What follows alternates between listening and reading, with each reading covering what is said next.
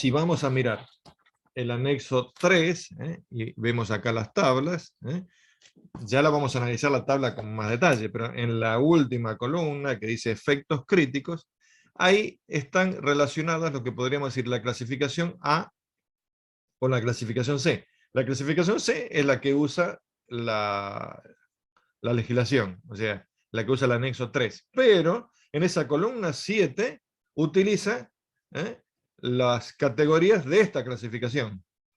¿Por qué? Porque suele poner ahí las causas que puede provocar ese elemento, ese compuesto químico. Por ejemplo, irritación, por ejemplo, pone reproducción, quiere decir que está relacionado con la reproducción.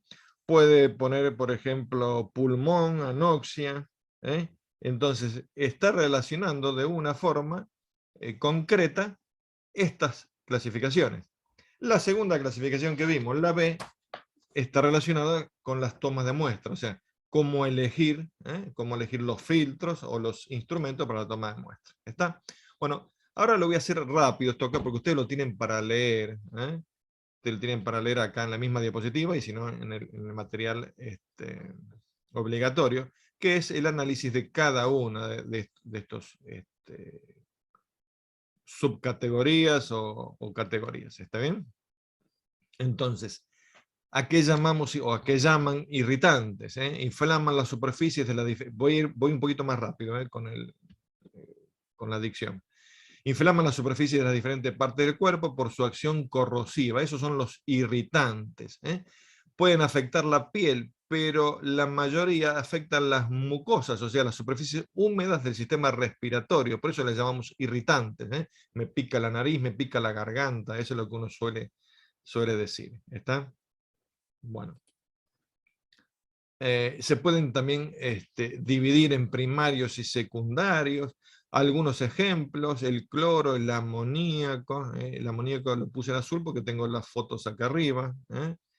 Acetona, tolueno, ácido sulfúrico, productos ácidos y alcalinos. ¿Qué tenemos ahí? Tenemos el material obligatorio 2.1, donde ahí también podemos leer un poco de qué son los irritantes. Después tenemos los venenos sistémicos. Uno de los autores lo llama veneno sistémico, otro de los autores, por eso están los distintos colores ahí, lo llama tóxicos sistémicos. Son más dañinos que los irritantes, porque atacan órganos o sistemas vitales, a veces por mecanismos todavía no conocidos. O sea que esta es una ciencia que está en continuo avance. Esto acá, ¿está bien? Está relacionado con la salud, con la medicina, con la biología. Producen efectos agresivos en uno o más tejidos o órganos. M22, M21 es el material obligatorio que tienen ustedes. De ahí pueden tener también algún poquito más de texto de cada uno de ellos. Por ejemplo, amianto, cianuro, arsénico. Cianuro está en azul porque tengo ahí arriba imágenes del mismo. ¿Sí? Bien, depresivos los llama un autor, anestésicos y narcóticos los llama otro autor. Sustancias que actúan como depresivos o narcóticos sobre el sistema nervioso central. En el anexo 3, en la columna 7, esta que le estoy comentando, que vamos a analizar con detenimiento, utiliza ahí SNC, utiliza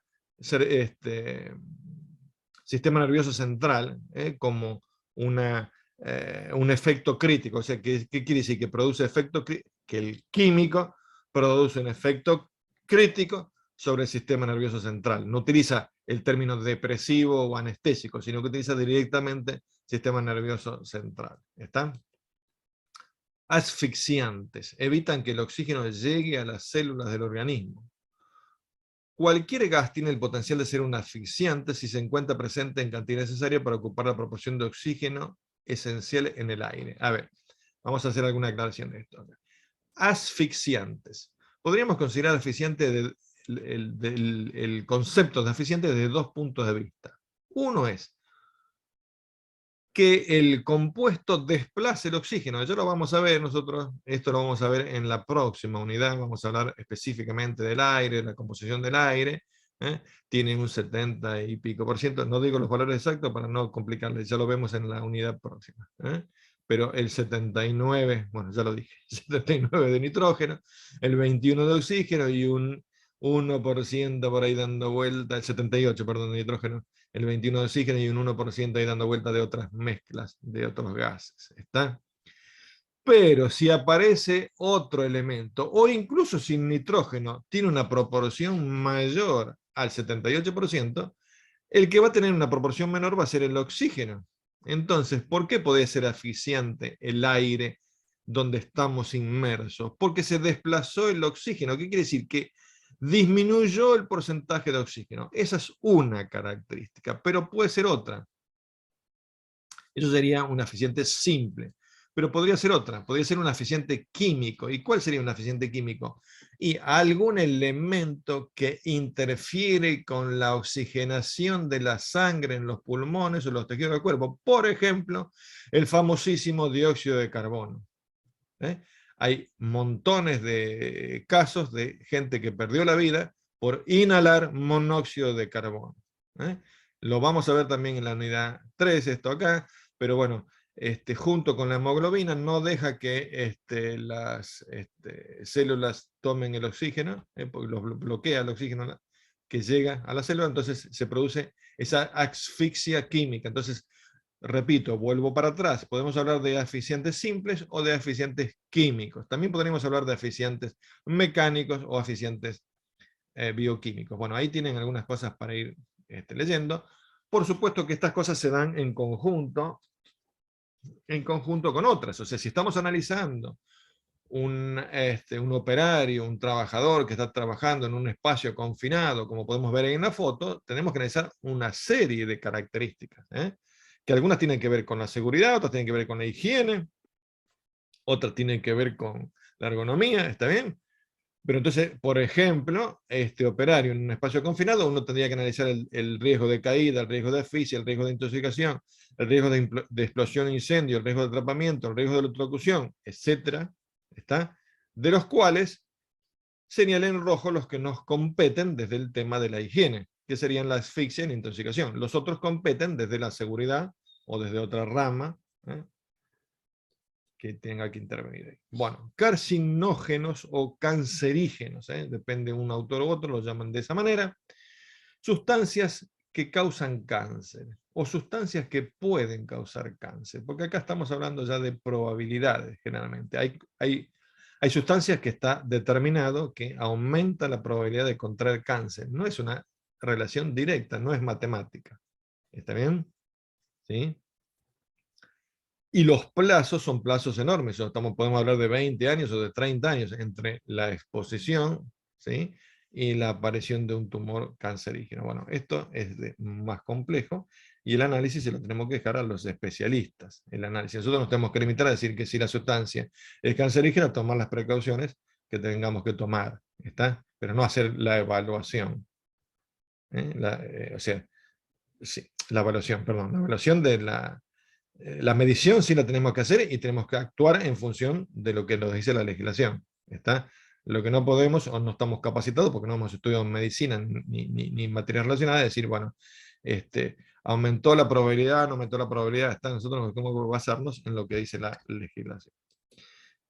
Teratógenos. Los teratógenos afectan al feto, o sea, tienen un efecto tóxico indirecto, o sea que esto es, esta precaución es para las mujeres embarazadas, ¿está? Entonces, no debe confundirse tampoco con los mutágenos.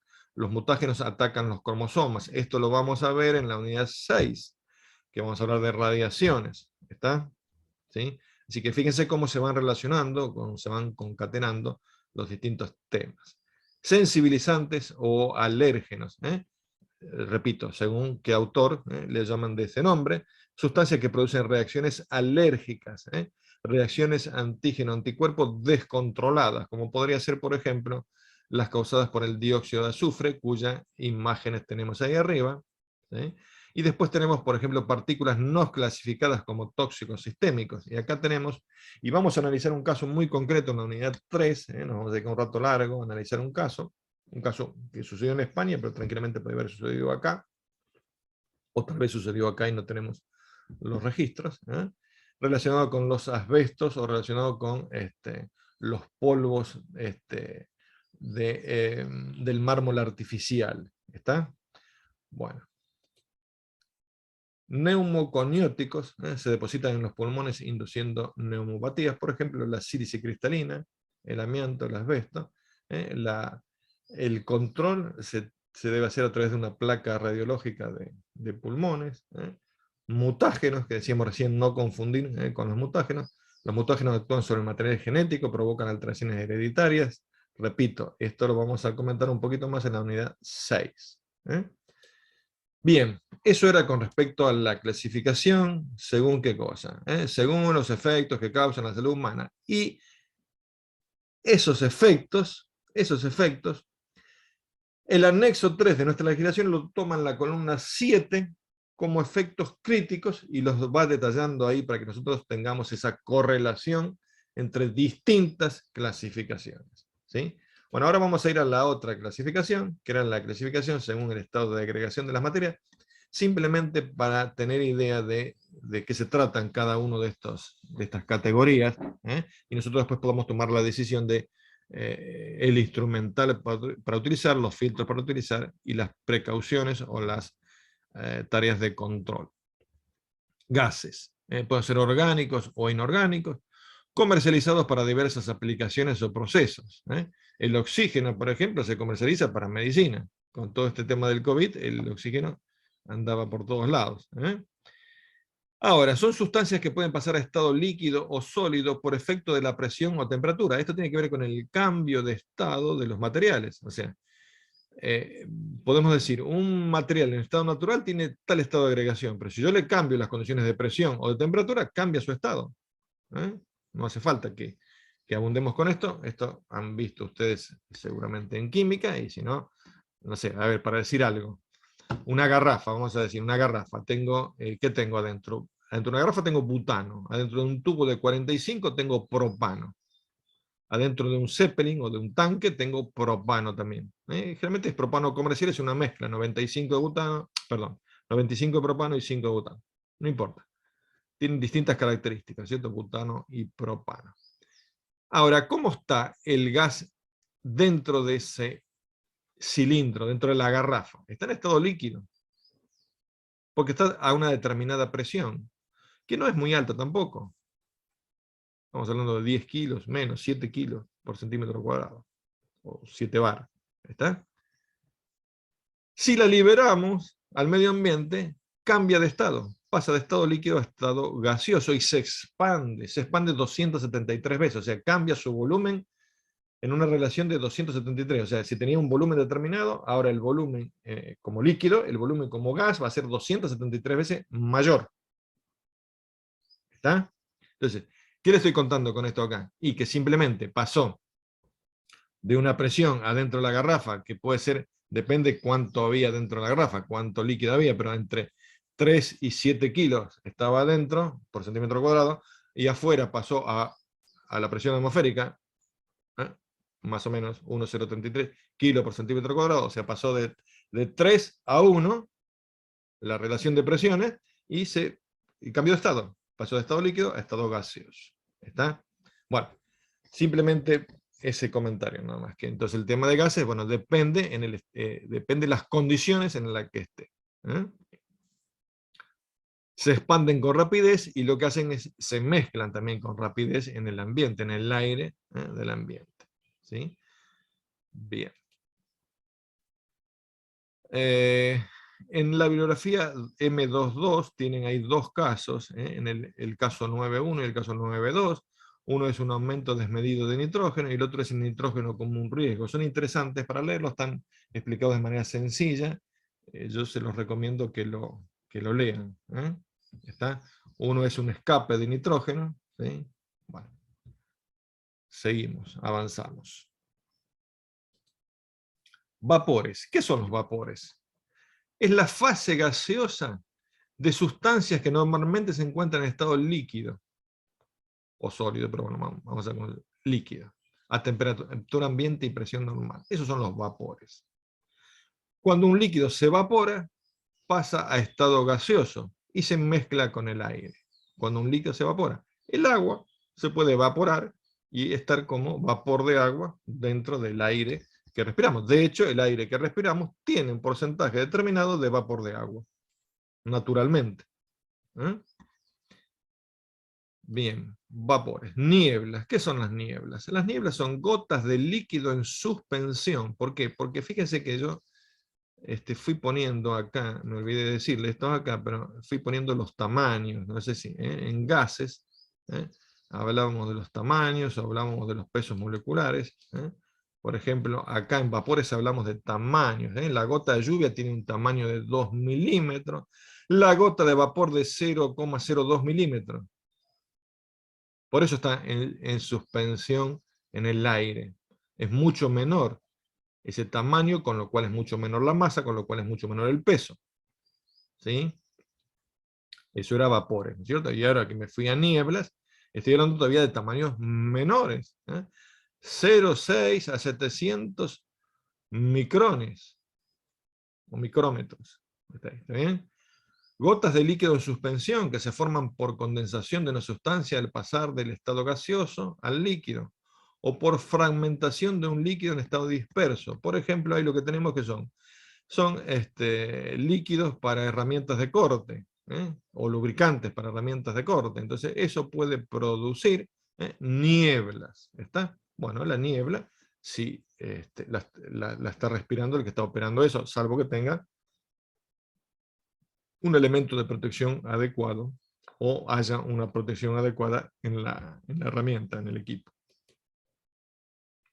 Bien, bueno, nieblas. Podemos hablar de niebla fina, niebla densa, depende de los tamaños de esas gotas. O sea que acá está relacionado con los tamaños. ¿Y qué son los polvos? Los polvos, bueno, ahí tenemos tamaños, de 0,1 a 1000 micrones. Son partículas sólidas ahora. No son líquidas, como decíamos recién, sino que son partículas sólidas. ¿Está bien? Se clasifican en inhalables, torácicas y respirables. ¿Está? O sea que son partículas que estamos respirando. De ahí la complicación. ¿Por qué? Porque algunas pueden directamente alojarse en pulmón. Se originan por procesos mecánicos, generalmente, por trituración, por corte, por molienda, por tamizado. Acá en la foto está en azul el tema de corte. ¿Está? Bueno.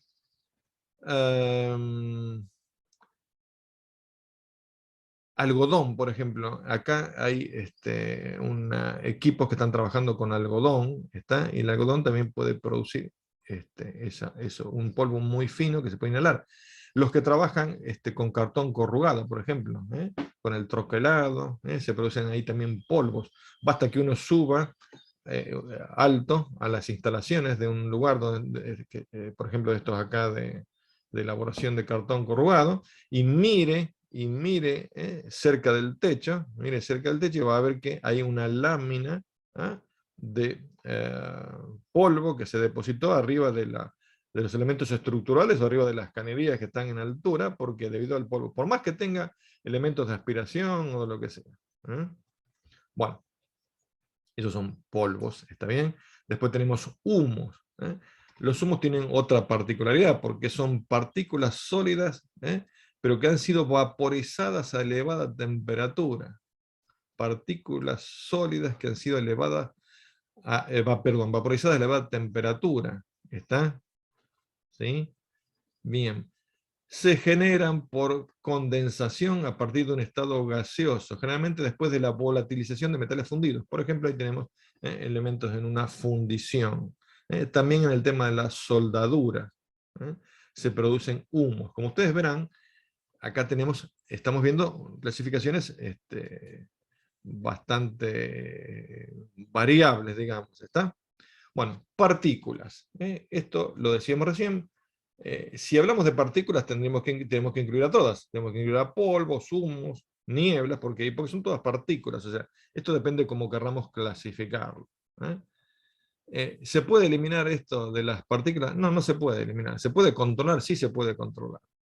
Pero eliminar es prácticamente imposible. Entonces, pero sí se puede controlar. ¿Por qué? Por los diversos tamaños que tienen. Tamaños que a veces no son perceptibles a simple vista. Fíjense ustedes cuando entra la luz a través de una ventana, donde uno puede ver los elementos que están dispersos en el aire, ¿está? Por el reflejo que hace. Y eso uno a simple vista no los ve. Y estamos continuamente respirando eso en el ambiente. Bueno, y nanopartículas es un tema que por ahí no está en la bibliografía que le di, en la bibliografía obligatoria, pero es un tema que se está comenzando a tener en cuenta. Acá juega muchísimo el tema del tamaño, estamos hablando de menor a 100 nanómetros, o sea, menor a 0,1 micrómetro, una cosa muy chica. ¿Está?